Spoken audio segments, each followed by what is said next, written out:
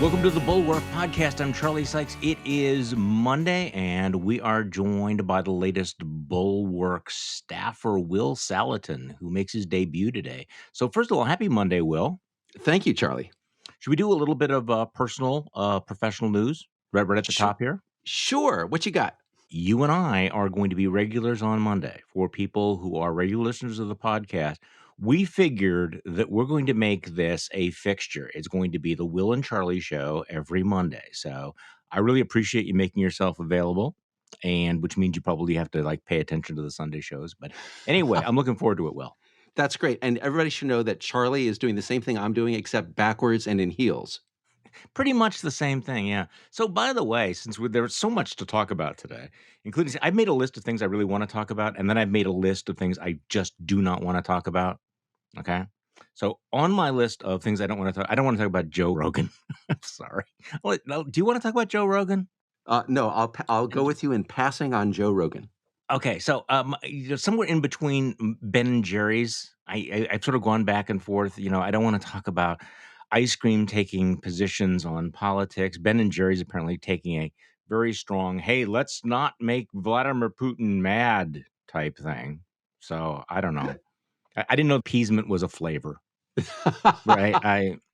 Didn't you put out some really bad pun about that? Yeah, sorry. We were debating what should be the flavor of Ben and Jerry's to honor Ben and Jerry's position that we should not be preparing for any kind of confrontation with Russia or trying to deter them. And my nomination was appeasement. I thought that was pretty good. I would welcome listeners to come up with their own Ben and Jerry flavor.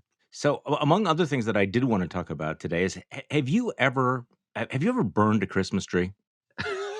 Not deliberately. Okay, so see, I have an obsession for many years when I used to be on the radio saying we have to have real Christmas trees. Artificial trees are an abomination, and here in Wisconsin we grow a lot of Christmas trees, so they're abundant. I just like real Christmas trees. I like the way they smell. I like the way they look. I like the fact that they're actually real trees as opposed to plastic toilet brush things that you put up in your living room. So yesterday, though, we had taken down the tree a long time ago. It wasn't up until yesterday. I want to make this clear. And the tree had been outside and it was dried out. And my wife and I built a bonfire and took the tree and threw it on the bonfire. And wow, I mean, let me just put it this way. I am now rethinking having that tree in my house. The flames are just amazing. It is like a bomb. You take an old Christmas tree and you light it on fire, and it is hot, spectacular, and you begin to rethink how smart it is to have something like that in your actual house. I'm just sharing this information with you. Wow. Okay. So, Charlie, I'm Jewish. So I will trade you some information, some secret information about our space laser, if you will tell me what secret ingredients they put into Christmas trees to get them to go up in flames like that. I don't know. I'll have to DM you that. I have no idea what the secret ingredient is. Just like, I don't look. Have you ever seen those old pictures of people who have Christmas trees in their house and they actually, before they had lights, they had candles on the Christmas trees? I was like, what are you people thinking? It's like pictures of kids running around pretending they're astronauts with dry cleaning bags over their heads. It's like, really, people, you did that. Okay, so this morning, before I actually finished my newsletter, I had to do a little bit of Canadian political radio. And they were asking me about what I thought about the siege of Ottawa, which I didn't know really that much about, but which I, of course, because the internet is out there, I can do my own research. Have you followed this story? How crazy this story is? How Ottawa, Canada has basically been occupied by these anti-vax truckers. And it has really gotten out of hand. And even for the Canadians, who are usually pretty chill about all this stuff, it's like, what the hell? And they think that there's a lot of American juice behind all of this. And one of my takes was the bigger this is because of the optics, the more likely is that we are going to have these kinds of things here. It just feels like there's momentum building for, what's the next thing? So January 6th was pretty cool, but not as cool as the trucker attack on Ottawa. What can we do here? I had no idea. I have heard about something like this.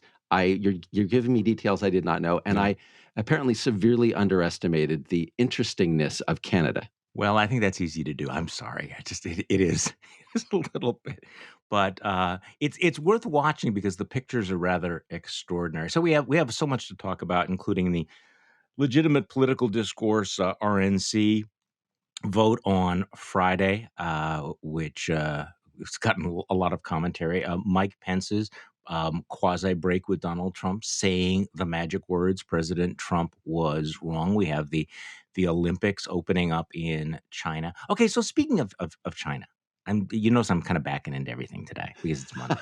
Um, I saw that you were retweeting Jake Tapper's his monologue where he was really calling. And I thought he made a really interesting point, calling out all of the American corporations, the woke American corporations that had taken very, very strong stands about voter suppression laws in this country and, standing for democracy and saying we need to align with our values.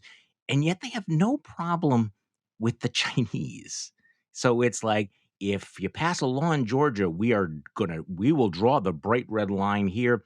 But if there's genocide against the Uyghurs, not so much. Yeah, okay, so I have a pet theory about this, and I do not want to offend any of my progressive friends, but You've already I offended think all of Canada. I mean, come on, Will.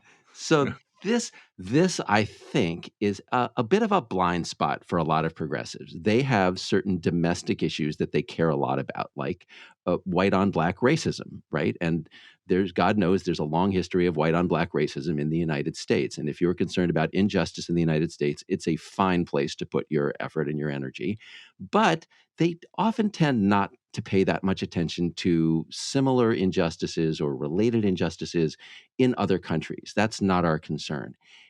It's really the sort of neocon types who get worked up about what's going on in China or Myanmar or other places. So this is just a place where corporations who want to demonstrate their moral bona fides to progressive America, they will talk about things like voter laws in Georgia or Texas, but they will make money hand over fist working with the Chinese government, and they will ignore Chinese genocide, and they will get away with it because a lot of the American audience just doesn't care. That is true. And I mean, that's sort of the reality is they're willing to virtue signal when it's easy, but when it really comes down to, hey, there's a lot of people, there's a lot of money there. It's like, yeah, I don't know, not so much. Okay, so let's dive into the weekend. You ready for this? Let's go. You going to girded for this? Should we start with the former Vice President of the United States, Mike Pence, who goes down to Florida and he's speaking at the Federalist Society? I mean, I think it's kind of significant that he chose to give this speech at the Federalist Society, which, of course, is the conservative organization that is responsible for almost every judge that Donald Trump has appointed.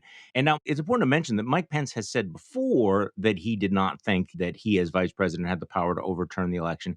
But this was the first time that he explicitly used Donald Trump's name. So we have a short clip. There are those in our party who believe that as the presiding officer over the joint session of Congress, that I possess unilateral authority to reject electoral college votes. And I heard this week that President Trump said I had the right to overturn the election. But President Trump is wrong. I had no right to overturn the election. The presidency belongs to the American people and the American people alone. And frankly, there is no idea more un-American than the notion that any one person could choose the American president. Under the Constitution, I had no right to change the outcome of our election. And Kamala Harris will have no right to overturn the election when we beat them in 2024. All right, so Will, I devoted my newsletter to sort of the half full, half empty Mike Pence saying the magic words, Trump is wrong. Also basically saying that Trump's idea and his proposal was un-American. Your thoughts? Where do you come down on this? All right, so I'm a squish, Charlie. I am with you 100% on the positive side of this. I love that Mike Pence said this. I want to applaud him. I mean, look, I'm a pessimist about the fight for democracy. So I want to welcome all converts. And the former vice president is a hell of a convert. So I like what he said. And there's a couple things I want to point out about it.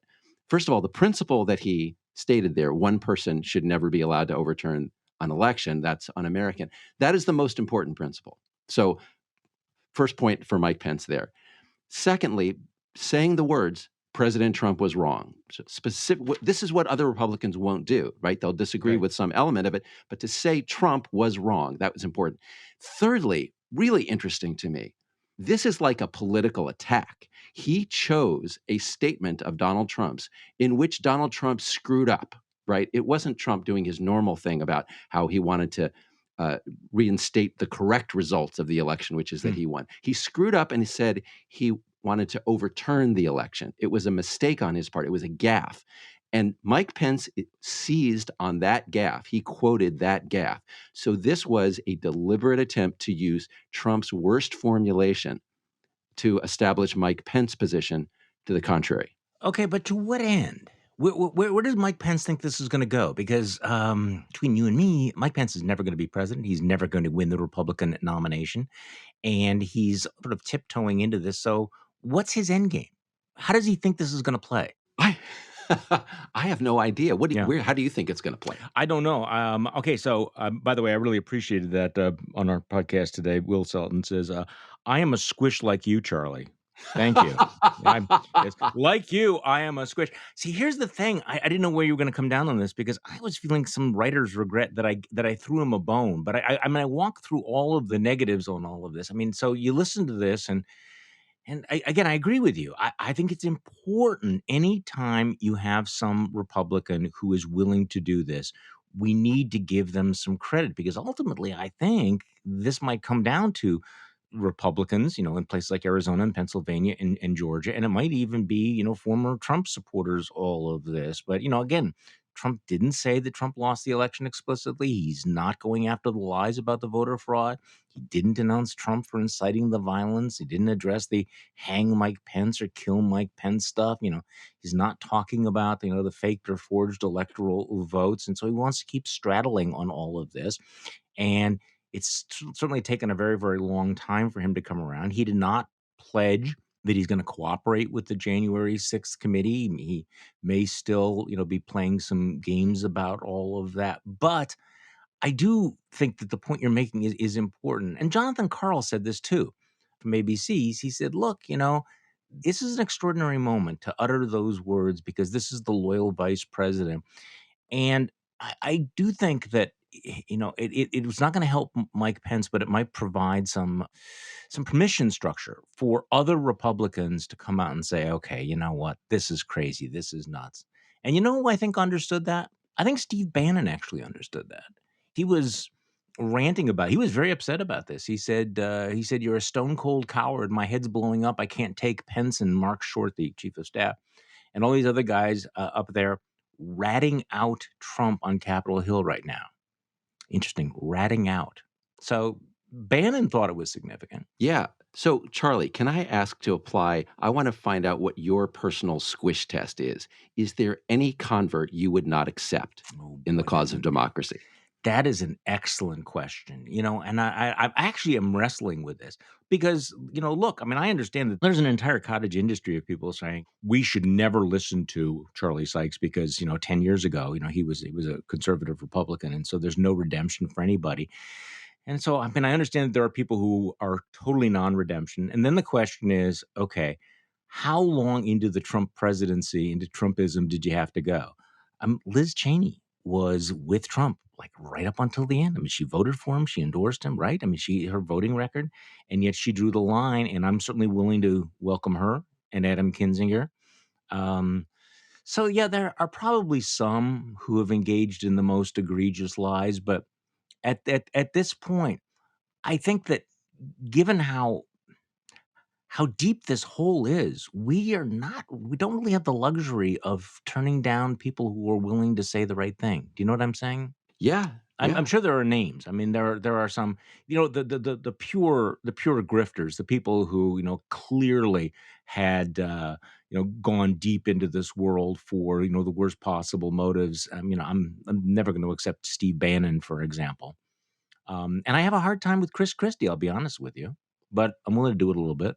Mm-hmm. I'm going to listen. I want to listen to what he says. because otherwise we're going to be kind of lonely. Right. The person who's coming to mind for me, who I probably wouldn't accept, is Tucker Carlson, and it's only because I would believe that he was setting me up. So I don't believe he would be sincere about it, as much as I just don't think he's sincere about anything. But short of that, I'd accept most of those folks. Yeah, I don't think I'd go for J.D. Vance. I don't think Ted Cruz. I don't think Josh Hawley. And Marco Rubio. I mean, what an incredible shrinking man. It's really remarkable to think that there was a time when he was on the cover of Time magazine as the savior of the Republican Party, and what a little man he's turned out to be. Do we have we have one of the sound, we have a bunch of sound bites which we could play. Here's Marco Rubio on one of the Sunday shows yesterday. Do you agree with Mike Pence? Well, if President Trump runs for re-election, I believe he would defeat Joe Biden, and I don't want Kamala Harris to have the power as vice president to overturn that election. And that's the same thing that I concluded back in January of 2021. So Donald Trump was wrong. Well, as I said, I just don't think a vice president has that power, because if the vice president has that power, Donald Trump would defeat Joe Biden in 4 years or 2 years, and then Kamala Harris can decide not to overturn the election. I don't want to wind up there. You just can't say it, can he? You can't say. You notice, I think it was Tim Miller that pointed out, Marco Rubio actually calls Trump President Trump, but he calls Joe Biden Joe Biden. And it's just kind of one of those little, I don't know, little quirks. And then he goes on to say that the January 6th committee is just, it's a total scam and everything. So he's certainly not going to be one of the guys that is going to stand up for what's right. No, look, so I am such a squish. I am happy anytime someone says the basic thing that Mike Pence said, which Rubio just repeated there, right? We're not going to let one person overturn an election, because that is right. Once you accept that, you're full-blown authoritarian. You may not call it that, but that's where you are. So we want everybody on our side of that question. We proceed next to something like shutting down the January 6th investigation. And it certainly sounded to me like Marco Rubio was saying he's prepared to do that. He's with Kevin McCarthy in saying that the investigation is illegitimate, that it's partisan, and so we can't count on him to make sure that justice is done and that the people who tried to overthrow the government are held accountable.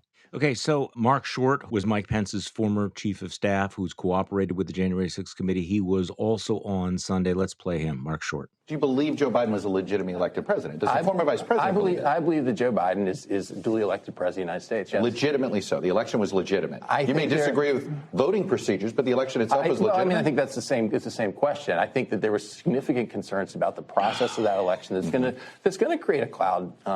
But I think, Chuck, at the same time, to your point, the campaign had opportunities to bring that evidence up till December 14th and didn't. And so I think at this point you have to assume that he was duly elected. And the reality is that there was not enough significant fraud that was presented that would have overturned any of those states' elections. Yes. See, hedging and fudging. Okay, so your squish test there, Will? I'm still a squish, Charlie. So here's what I'll say about I am happy that Mark Short said, he went further than Rubio. He said there was not enough fraud to overturn the election. That's really important. It's really important to get that message out, because there are a heck of a lot of people out there who believe Donald Trump when he says the opposite. And also, it's important to give people an off-ramp from Trump's madness, right? And if you can, I think it is an acceptable off-ramp for them to say, look, we did not demonstrate enough fraud to overturn the election. There were court fights and we just didn't produce that evidence. So it's not there. But we don't like some of the procedures that were done in 2020 because of the virus and the mass mail-in and the, yada, yada. And you can bitch all you want about that, as long as you're willing to say it was not a fraudulent election. It was a real election and Trump lost. Okay, so I'm working on a litmus test here. I'm getting there, but I'm thinking this through. So even more forcefully, though, Chris Christie, and by the way, I'm on record as saying that if I had to have a conversation with Chris Christie, it would begin with me saying "fuck you." Just what the fuck were you thinking back in 2016 when you stood there like, with a shine box, enabling this guy? So fuck you, Chris Christie. But having gotten that out of my system, I'd say, okay, all right, okay, what have you got to say? I'm going to listen. So I would have to go through that process. I would have to go through a series of fuck yous before I got to the squish position. But here's Chris Christie yesterday. I think that the actions the vice president took on January 6th spoke loudly, and I'm glad he's finally put words to it. I don't know why it took him so long, but I'm glad that he did. And let's face it, let's call this what it is. January 6th was a riot that was incited by Donald Trump in an effort to intimidate Mike Pence and the Congress into doing exactly what he said in his own words last week: overturn the election. Now, he's tried to do a cleanup on aisle one here and correcting that stuff, but it's not going to change. He actually told the truth by accident. He wanted the election to be overturned. Okay, good. Okay, that's good. That's good stuff. All right. But here's my litmus test, because you're asking, what is the standard? And I think it comes down to this. Are you willing to say that you would not support Donald Trump in 2024? Okay, let me put it the other way. No matter what you say about Donald Trump being wrong, Donald Trump doing this, doing that, if you are unwilling to say that he is disqualified from another term, if you have left the door open to supporting him in 2024, then I'm sorry. I can't go along with it. I mean, no, you're off the island. Okay. So first of all, Charlie, I don't approve of you saying to Chris Christie, fuck you. I just think that's a bridge too far. Okay. But having set that aside, a deliberate pun there, I'm not going to hold any of these folks to the test of what you'll say about Trump 2024. I hold it. I don't. They're cowards for not saying it. Susan Collins and everybody else who won't say it. I don't believe they would support Trump, but I didn't think Chris Christie in 2016 would do what he did. I mean, there's no one more responsible for Donald Trump's election than Chris Christie. Right. I mean, I agree. He, at a crucial moment, elevated Donald Trump and protected him. So he's very much responsible for that. It makes me severely doubt that he would have the courage to stand up to Trump if Trump gains enough support to be viable again in 2024, which I think Trump pretty much has that level of support now. And yeah, when it gets to that point, I'm going to want everybody, all these people who won't say it, to say it, that they won't support him and to rally around somebody else. But honestly, Charlie, if they said it now, do you have confidence that they would follow through? Well, they have to start saying it now. I mean, I think that's what's important is if we're going to stop this, you're going to have people who are willing to take a deep breath. And even I'm willing to accept, by the way, I'm still willing to accept and say, okay, so I agreed with a lot of things that Donald Trump did. I supported a lot of his policies, but we need to move on, and Donald Trump should never be back in the Oval Office again. I want to hear those words. Those are the words I want to hear, is that I cannot bring myself to support Donald Trump in 2024. He should not be our nominee. I would not support him if he was the nominee. See, even Mitch McConnell can't bring himself, in his head, he's screaming, right? There's a little Mitch back there going, no, God, no, absolutely. But I can't say it. I'm never going to say the words. Okay. All right. So you just persuaded me. I'm going to change my mind on the air. So I think that you are right. This goes back to what you said about the permission structure. It's very important to change the momentum now. Right. And the more, I agree with you, the more, if he were to say that, if Pence will say it, if Christie will say it, if Rubio will say it, the momentum will build. So yes, I agree with you. And it changes the conversation. It does change the conversation. So I want to hear you say the words. Fuck you, Chris Christie. Say the words. I really want it. Okay, so let's talk about the RNC vote, which was a complete fiasco. I know that Ronna McDaniel, the chairman, is on doing her cleanup, saying no legitimate political discourse did not refer to the attack on the Capitol. It referred to peaceful folks, but I don't know. That distinction could have been made in the resolution, and the fact that they didn't tells me that they are deep into the revisionist history that Donald Trump is demanding. And Donald Trump is all in on trying to retcon January 6th from being a violent riot and insurrection into a patriotic protest against a stolen election. And that was what was reflected in the actual language of the resolution. Okay, so I have a moral dilemma here, and I'm the only person in the country who has this dilemma, which is technically, Bronna McDaniel is right? When they wrote this resolution, they were meaning to refer to people who are being interviewed by, subpoenaed by the January 6th committee, who are not part of the violence, yada, yada. And they screwed up in the way that they framed it and the way they wrote it and said it's all legitimate political discourse. They didn't actually, I don't believe they actually meant that the people who were like crapping in the Capitol and like beating up police officers were doing legitimate political discourse. But this is where I take a little bit of courage from my never Trump friends. I'm coming from the sort of left side of the spectrum.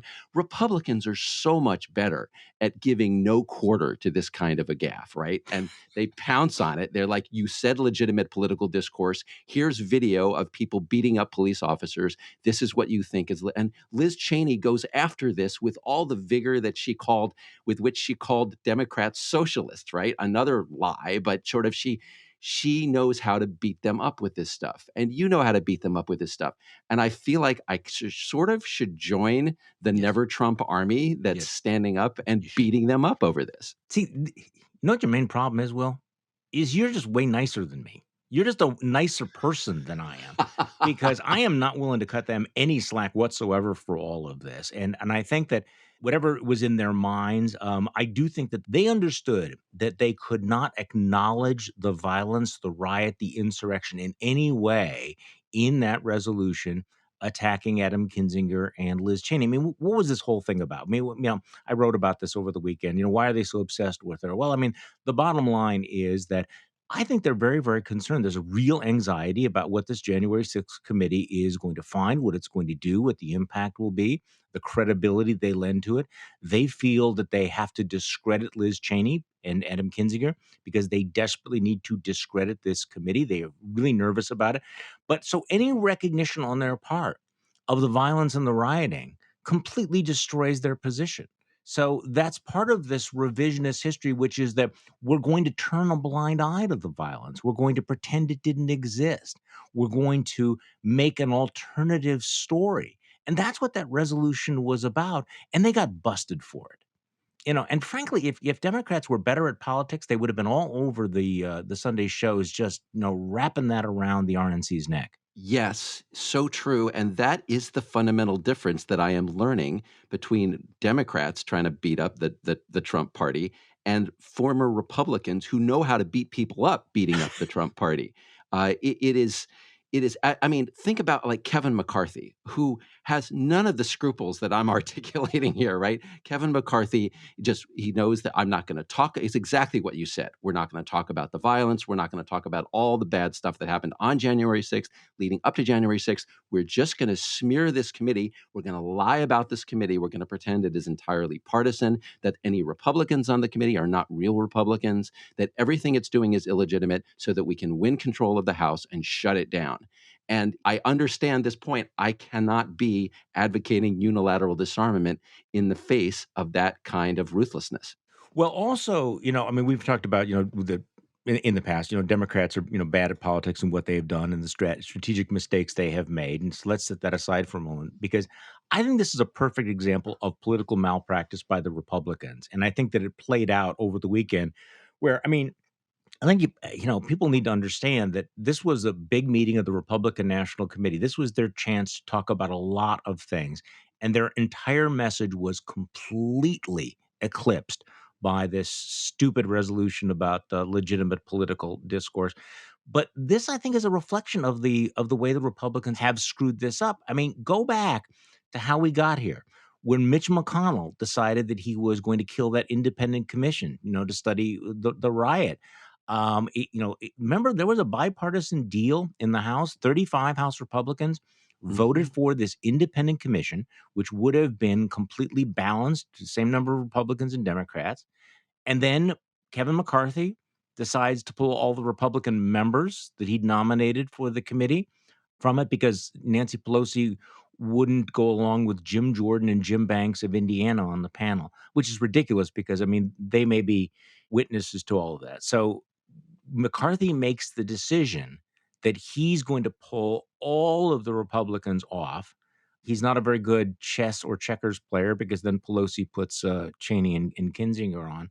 So they thought, that by opposing any sort of independent commission and by refusing to have anybody of their own on this committee, that somehow they were going to be protected, that they'd be able to discredit it. It would, they could scuttle it.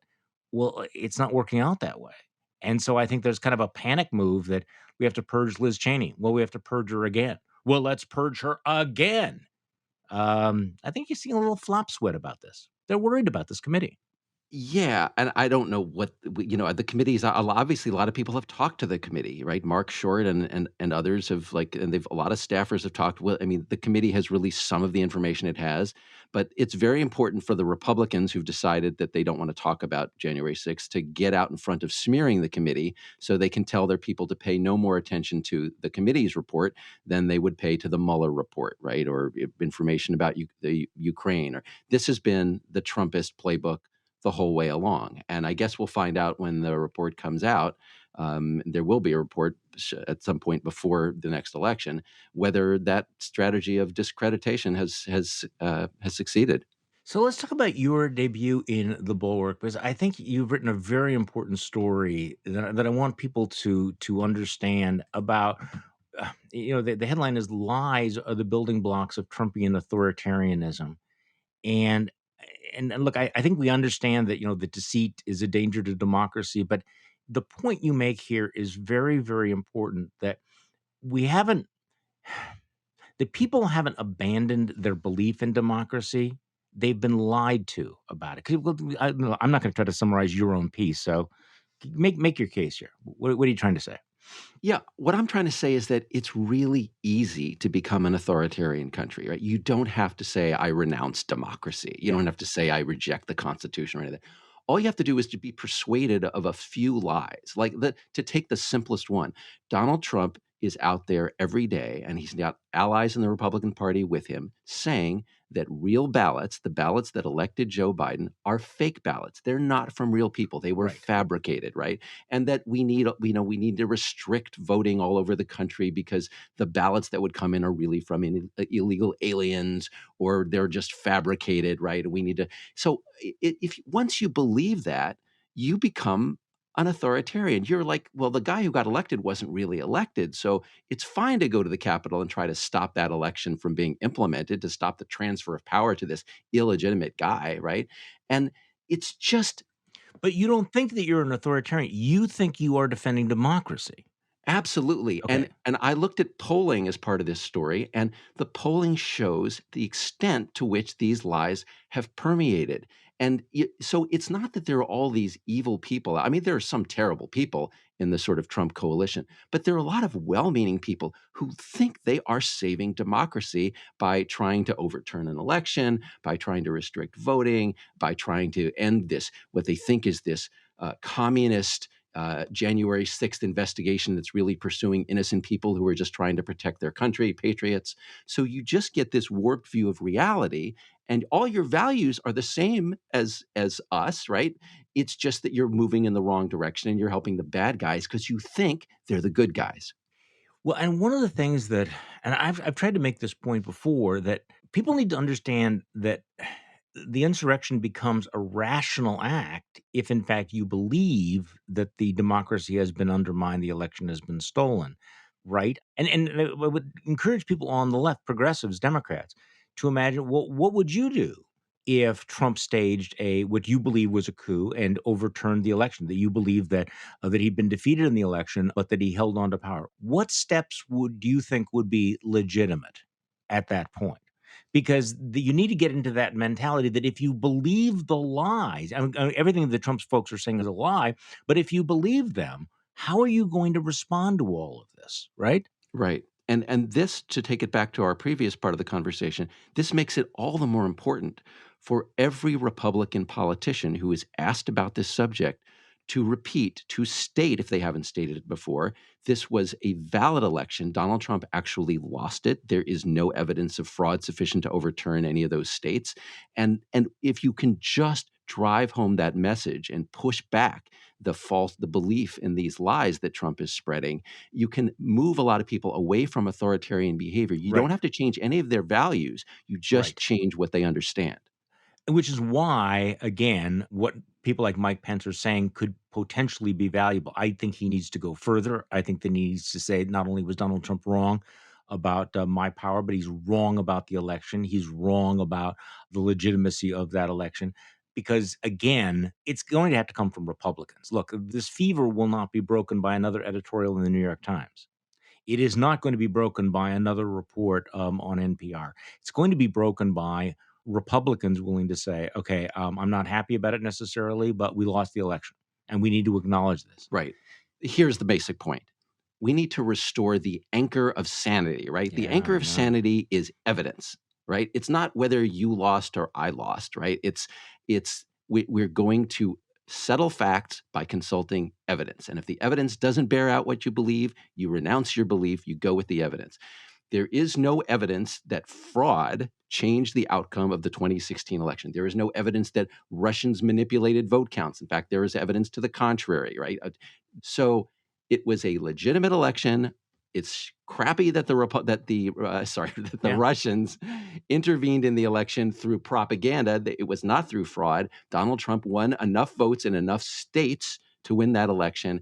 And that same evidence is what we're going to rely on to say that Joe Biden won the election of 2020. Yeah, this is dangerous. So, all right, Will, what else have you got a hot take on today? Ukraine.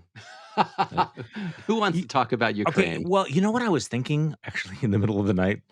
How many people even remember now that Donald Trump was impeached? The president of the United States was impeached because he was trying to extort the president of Ukraine in return for American weapons to dig up dirt on his opponent. I mean, that seems like this distant memory now.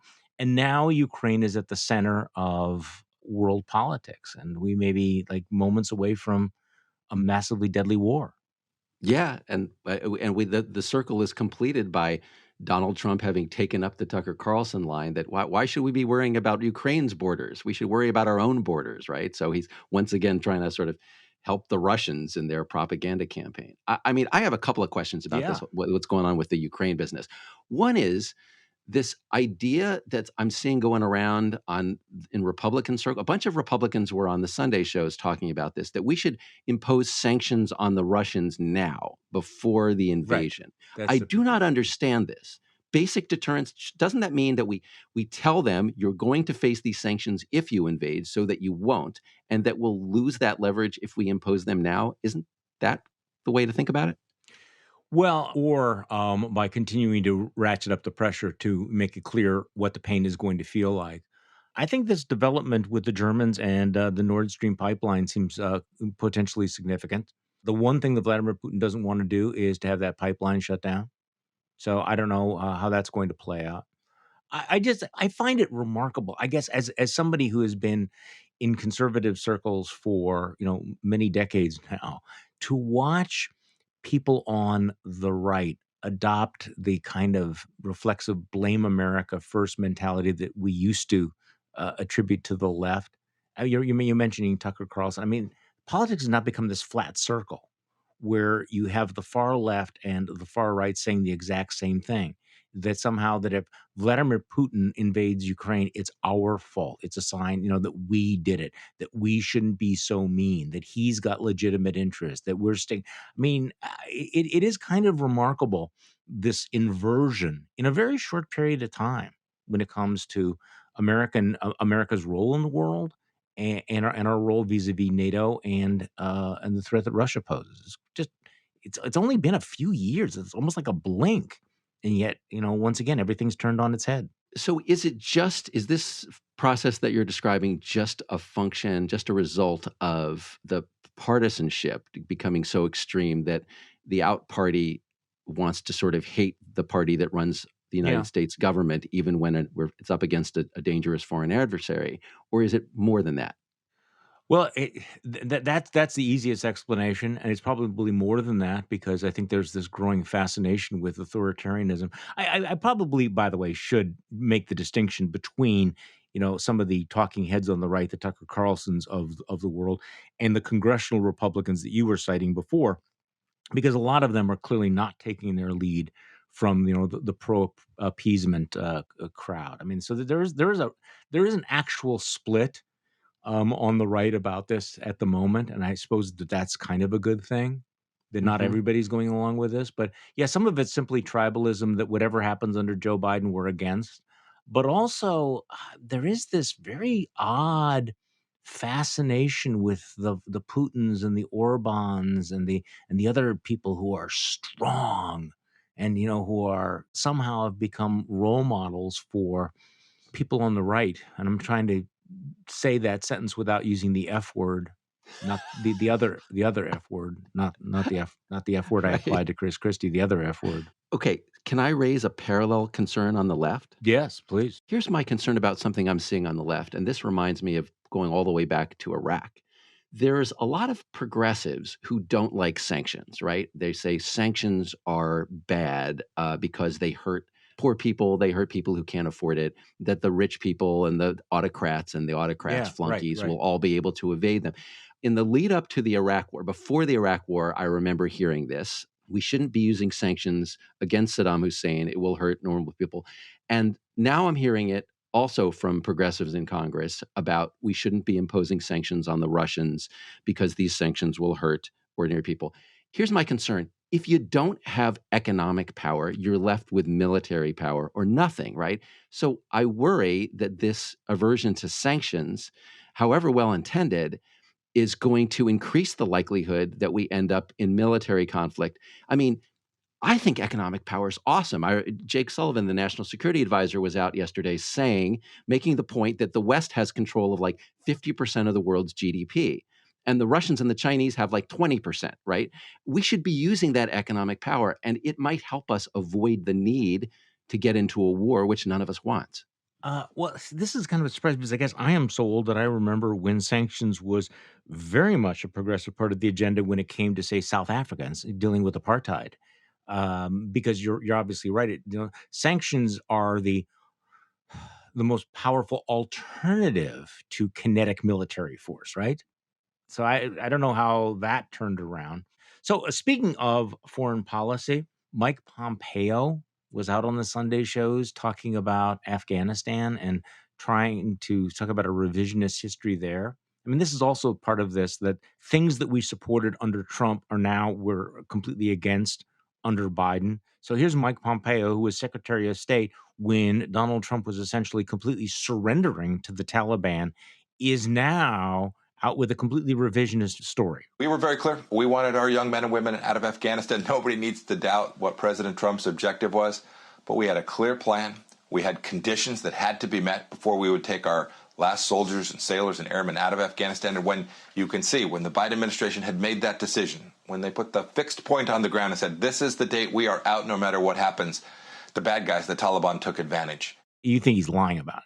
Oh, he's absolutely lying. I mean, Pompeo was out on Fox News, where no one will point out that he's lying, saying that that Trump had all these conditions without which he was not going to hand over Afghanistan to the Taliban, and that Biden set what Pompeo called a date certain, which undermined the United States and the Afghan government and allowed the Taliban.